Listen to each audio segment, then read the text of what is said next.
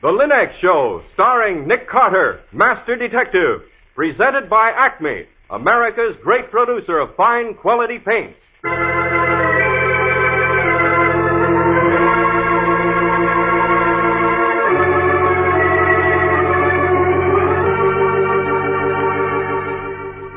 This is the story of a man known the world over as one of the most daring and resourceful characters in the history of detective fiction.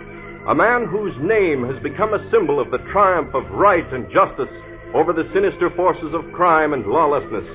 A man recognized as one of the great masters of deduction. Nick Carter, Master Detective.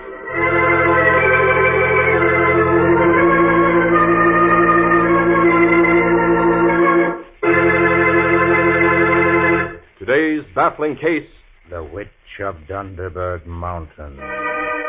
Another exciting chapter dramatized from the life story of Nick Carter.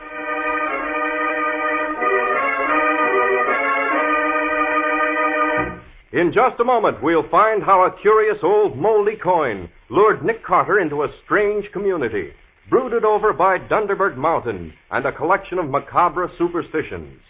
But now, millions of American families are happier these days because women who run their homes wisely have learned about Chemtone, the miracle wall finish, which makes every home more bright and inviting. Now those same wise homemakers are learning the modern way to new beauty for woodwork, furniture, and floors. The three great Linux home brighteners. Linux Clear Gloss to give lustrous, longer-lasting protection to every wood and linoleum surface. Linux Cream Polish to renew the sleek, gleaming beauty of fine furniture. And Linux Self-Polishing Wax, the amazing new wax finish to lend rich, satiny loveliness to any floor, wood, linoleum, or tile. Take the modern shortcut to new home beauty with the three great Linux home brighteners. You'll find them all at your hardware, paint, or department store. Your headquarters also for Chemtone, the miracle wall finish.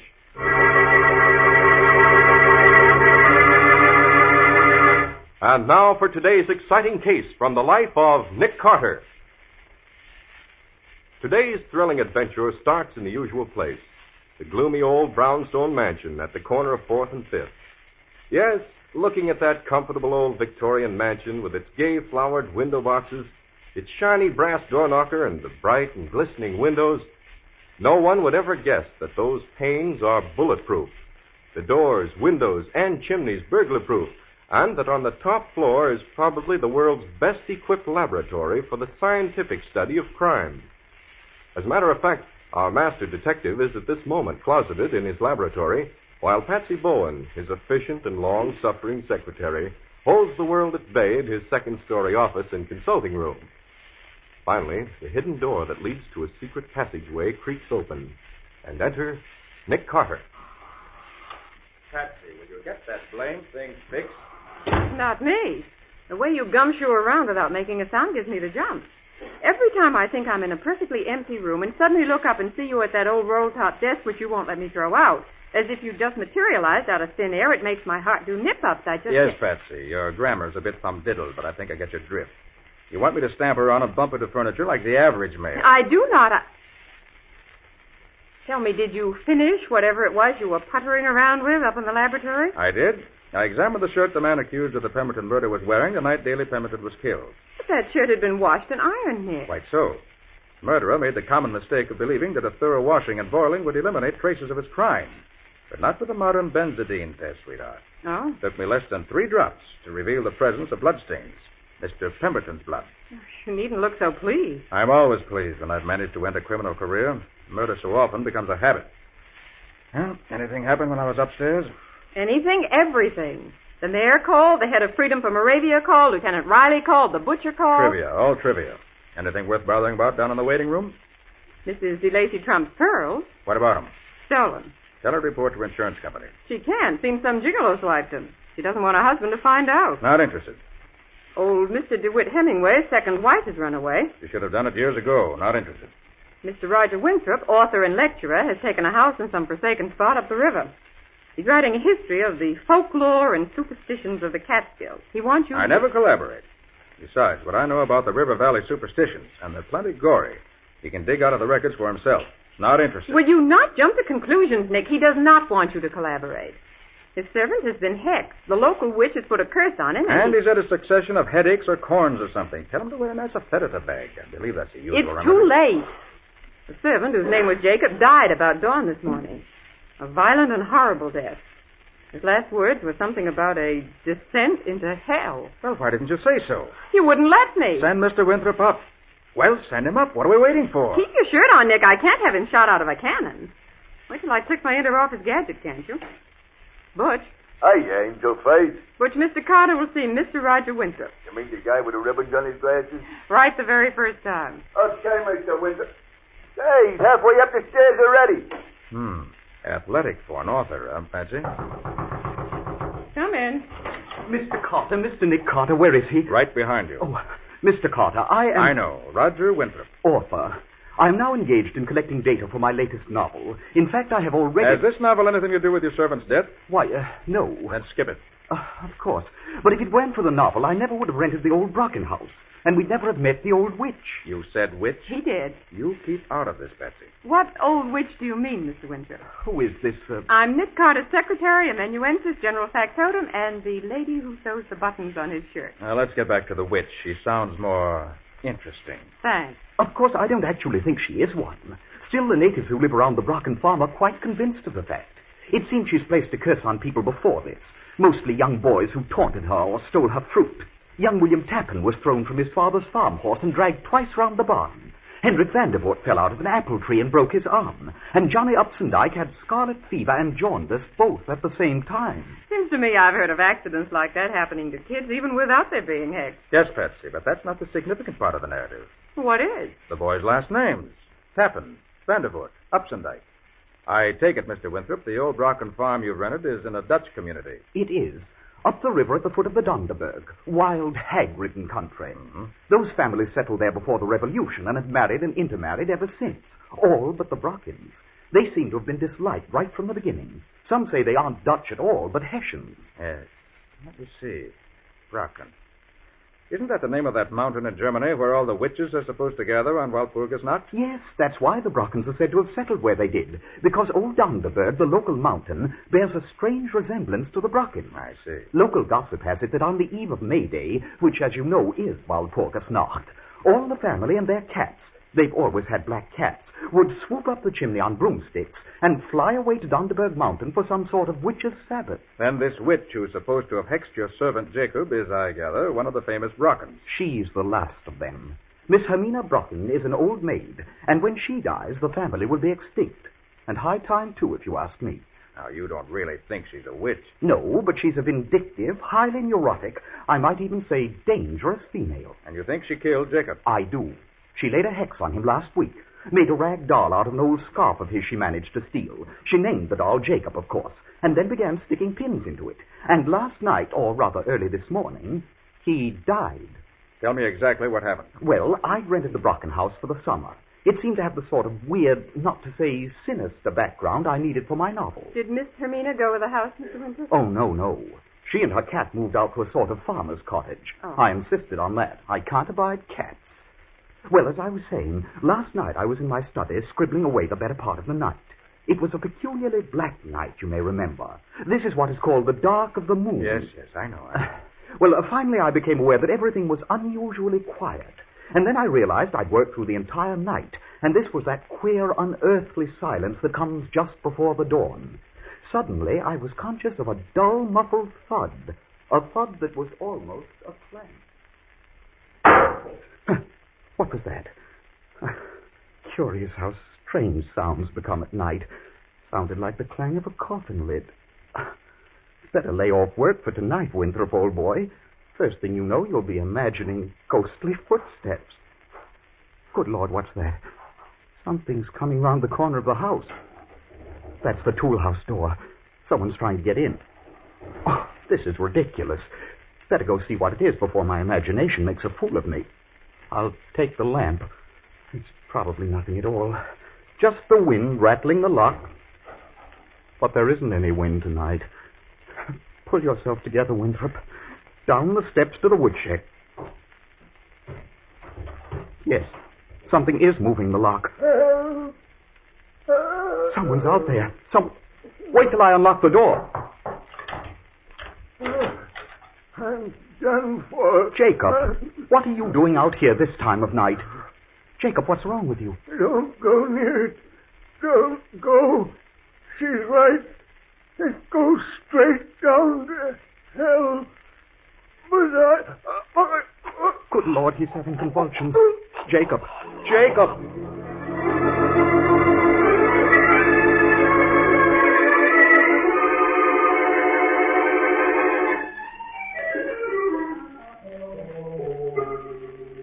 And what happened then, Mr. Winthrop? Jacob died right there in my arms. It was horrible. As the death rattle left his throat, his right hand relaxed, and something rolled to the floor with a metallic clink. I picked it up and brought it here, thinking it might serve as a clue to this whole horrible business. Let me see. Here. Black with age.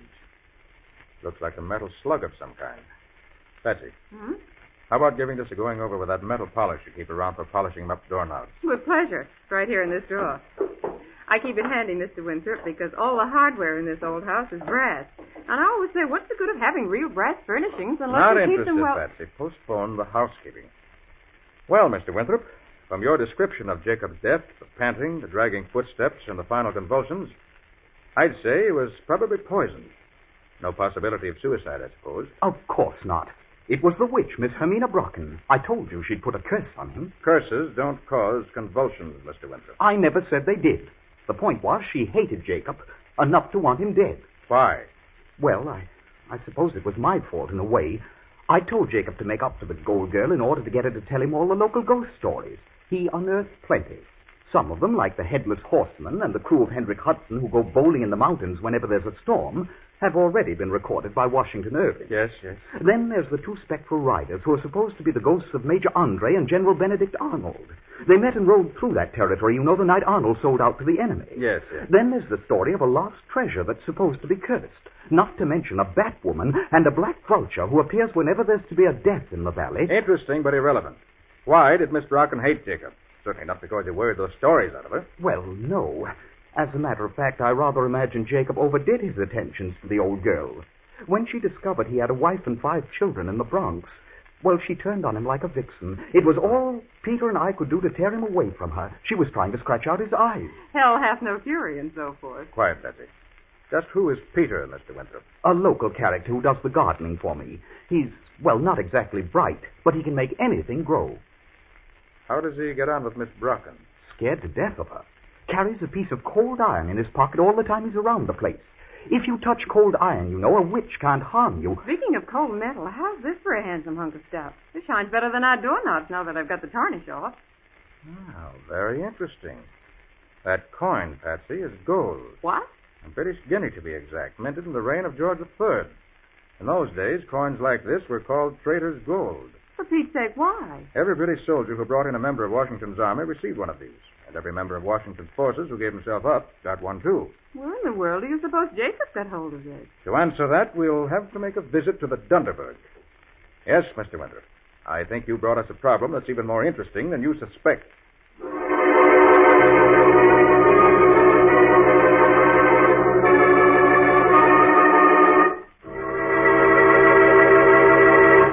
Well, just what is the significance of the piece of Drater's gold found clutched in the dead man's hand?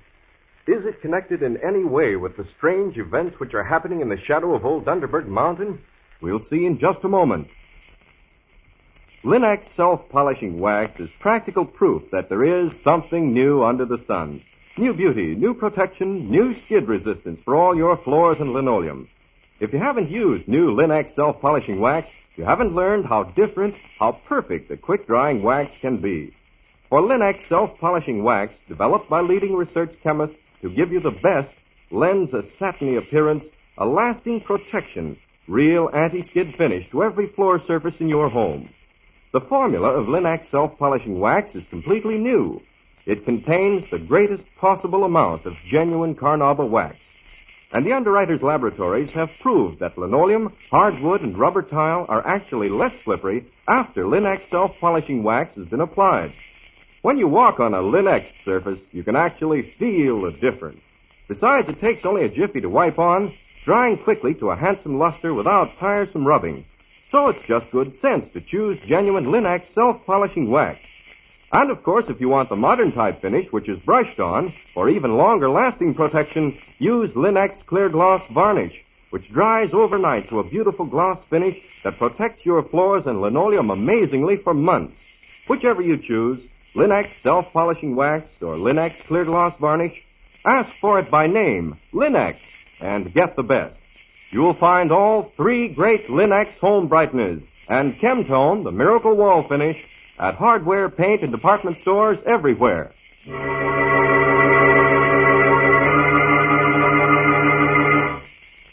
And now back to today's exciting case. As we pick up Nick Carter and Patsy, they are following Roger Winthrop along a desolate country road to the Brocken farm, where Winthrop's servant, Jacob, has recently died a violent death. It is twilight, and the sinister hulk of the Donnerberg mountain broods over the landscape. I'm not surprised that people who live around here believe in witches and curses and hidden treasure, Mr. Winthrop. If you'd spent a couple of months around here the way I have, Miss Bowen, you'd believe in superstitions, too. Things like that don't seem possible back in the midst of the city's traffic. But up here, time seems to stand still. Here, people are still living in the Dark Ages. I noticed as we came along, most of the barns had hex signs painted on them. Nick, have you noticed the clouds gathering behind that mountain? Yes. I imagine the old Dutchman will start their game of 9-pins any time now. Hope we reach your house, Mr. Winthrop, before the storm breaks. It's just over the next rise, Mr. Carter. Here's the gate behind the lilac bush. Oh, not what you'd call in very good repair. After you, Patsy. Thank you. That's the house down there in the hollow. And that's Peter sitting outside the tool house door. I gave him strict instructions not to let anyone move the body until you arrive. I know you detectives prefer to find your clues undisturbed. It's sometimes helpful. Why doesn't Peter sit inside the tool house? Because he's afraid of the dead.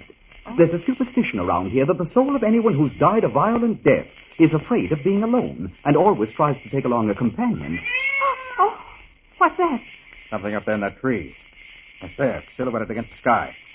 A black cat. It's Miss Brocken's Hecuba. They're inseparable. If that cat's around... Then the Brocken female isn't far behind. I wondered who's been following us the last quarter mile. Nick, I didn't see or hear a thing. You don't mean she's invisible or something? Calm yourself, Patsy. I'll admit she's kept out of sight, but no disembodied spirit breaks twigs and rustles dead leaves. She's been perfectly audible to anyone that took the trouble to listen. Hear that? She just stepped on a loose pebble. My teeth are chattering so I couldn't hear an avalanche. Oh, Nick, I don't like this place. Easy, Patsy. Oh, here comes Peter. Poor guy, he looks relieved to see us. I thought you was never coming. I told you I wouldn't stay if you didn't get back before nightfall. But we did, Peter. This is Mr. Nick Carter, the famous detective. He'll find out what killed Jacob. The light's fading fast. Better make our examination before it's completely dark. Oh, Patsy, may not be nice. You want to stay out here? With that woman and her cat crawling through the bushes and a storm coming up beside? Oh, thank you. I'm coming inside, no matter what's in there.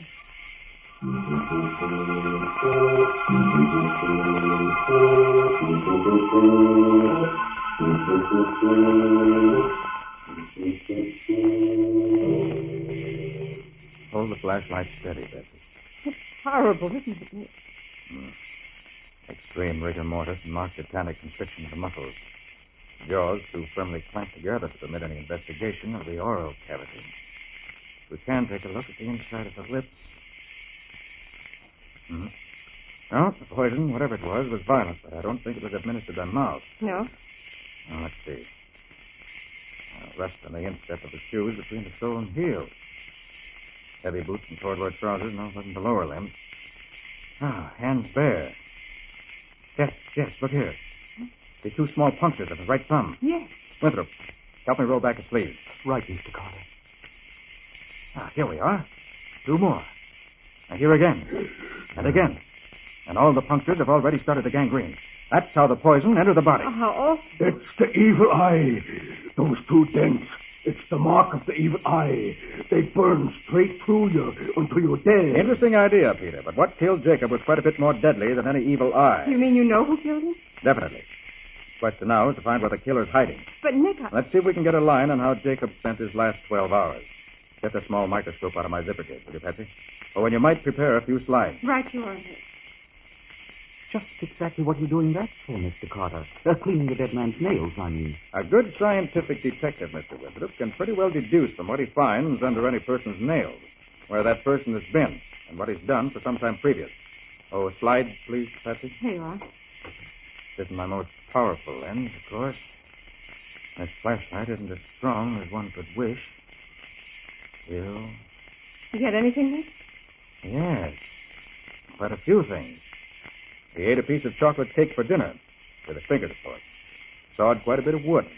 Minute bits of sawdust. That was yesterday afternoon. He also plucked a chicken recently and polished the furniture. Tiny globules of very fine oil.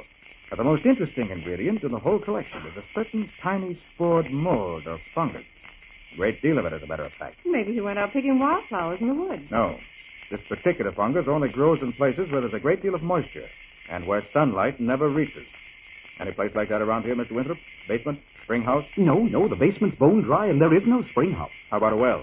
There are few enough improvements on the place. No electricity, no telephone. But we do have a hand pump in the kitchen sink. Which means if there's a well under it, Jacob couldn't very easily get down into it. I'd say it would be absolutely impossible. Wait a minute. There's some sort of boarded-up stonework with a padlock out back of the barn. I remember someone told me it's a condemned cistern or well of some sort. Yeah, that's the witch's well. You'll be wise to stay away from it. It's the way straight down to hell. The way to hell? Yeah. Weren't those Jacob's last words before he died? Why, yes, Mr. Carter. Come on, show me the place. Unless I'm very much mistaken, that's where we'll find the answer to this problem. At the bottom of the well.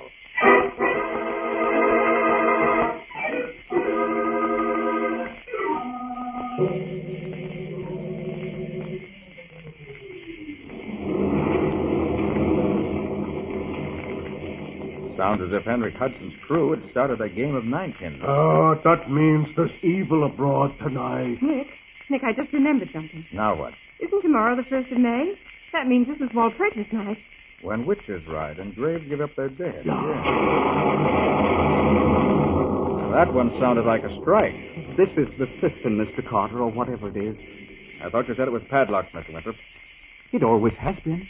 Not now. The lock's lying on the ground. And the staples all bent and twisted. Looks as if someone had broken it. And the cover's been moved recently, too. Look here, Nick. These scratches on the stone. Patsy, I do believe you're finally beginning to notice things. You know where you can go, don't you? Yeah, that's just where you will go if you get too interested in that well. Now, look here, Peter. You're a big boy now.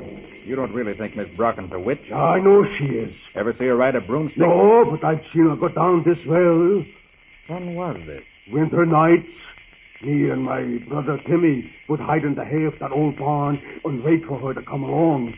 First we'd hear the scrape as she pulled off the lid, and then we'd see her climb down inside with the lantern in her teeth and that old black cat sitting on her shoulder. Why do you think she did it? Climb down inside, I mean. To get warm, of course. It's nice and cozy in hell on a winter's night. She never went down in summer? No, why should she? It's hot enough right here in the valley in summertime. Very interesting observation, Peter. And it verifies my hunch just how Jacob was killed and why. What do you mean, Mr. Carter? Help me pull the lid off this well and I'll show you. Here, take that side now. Right, I have it. There. That does it. Now, Patsy, give me that flashlight. Here you are. Thanks. Now, let's see what we've got. Ah, yes. Notice those rusty spikes driven into the stonework to form a sort of ladder? And notice where the rust has been scraped recently. That's how Jacob got it on his boots. He followed Miss Brocken's example and climbed down into the well. You'll also notice that the stones are covered with that curious fungus we found under his Nick, she's watching us. Over there under that apple tree. And the cat standing on her shoulder. We've been waiting for you, Miss Brocken. I think you can tell us how Jacob died. That I can. It was his own greed killed him. I warned him no man could go down there and live. You knew he'd die if he went down into the well, and yet you let him go. I did not. I refused him the key, I did. But he broke open the lock like a thief when no one was looking. He wouldn't listen, and so he had to die. And I'm not sorry. You killed him, you... Easy, Winthrop. Miss Brocken isn't responsible for Jacob's death. Then who is? You said yourself he was poisoned. Quite right. And I think if I drop this rock down into the well, we may rouse the killers. Aye, if you do, they'll play you their devil's tattoo. Oh, Nick, be careful. I'm afraid. Here goes the stone. Now listen.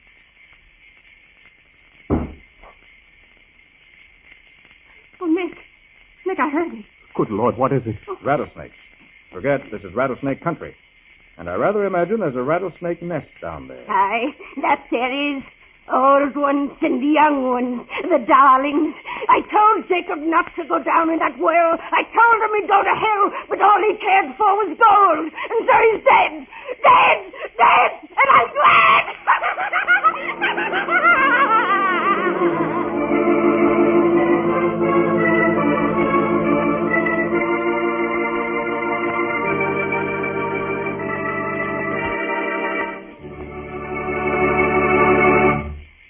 Nick, there's one thing I still don't understand about that Donnerberg mystery.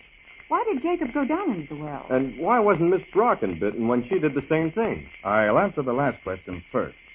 Miss Brocken was careful to make all her descents into the well in winter. Well, so what?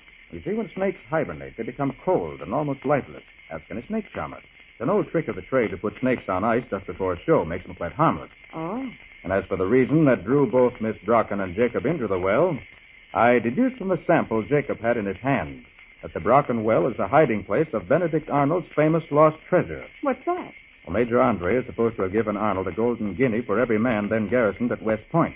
Arnold undoubtedly hid the money and didn't have time to dig it up when he had to flee for his life after his treachery was uncovered. But if the Brocken family knew where it was, why didn't they use it themselves? Probably because they thought it was tainted money with a curse on it. I see. Well, thanks, Nick.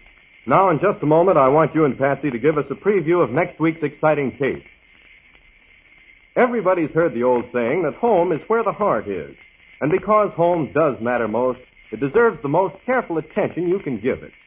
Keep your home at its loveliest with the 3 great Linex home brighteners.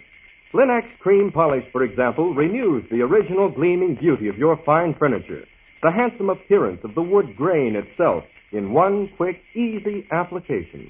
That's because Linex cream polish cleans as it polishes, saving one whole step in your cleaning day routine. The cloudy look of old polish and dust, the blurry appearance of finger marks are erased as if by magic. And Linex cream polish leaves no surface film of oil for dust to cling to. It helps conceal disfiguring scratches, too. So take the streamlined way to furniture care. Linex cream polish for fine furniture. Tell your dealer you want the product that cleans as it polishes. Ask for all 3 great Linex home brighteners. Linex cream polish, Linex self-polishing wax, and Linex clear gloss varnish at your nearest hardware, paint, or department store. And now let's hear from Nick Carter himself. Well, Nick, what about next week's story? Next week, Ken, I think I'll tell you the story of how an heir mysteriously disappeared before it was born. And a curious and frantic case it was. When a woman who's going to have a baby any minute disappears into thin air right on the threshold of a famous maternity hospital, then she... Now, Patsy, don't give the whole plot away. Wait until next week. What do you call the story, Nick? I call it The Vanishing Lady.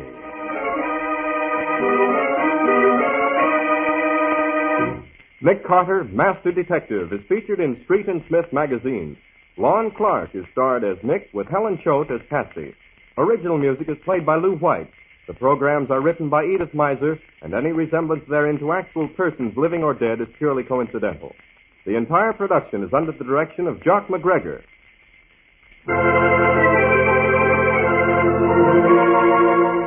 Nick Carter, Master Detective, is presented at this time and over these same stations each week by the 3 great Linex home brighteners.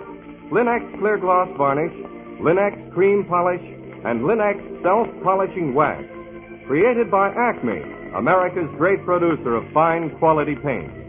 This is Ken Powell speaking for the thousands of Linex dealers all over America and saying so long until next week.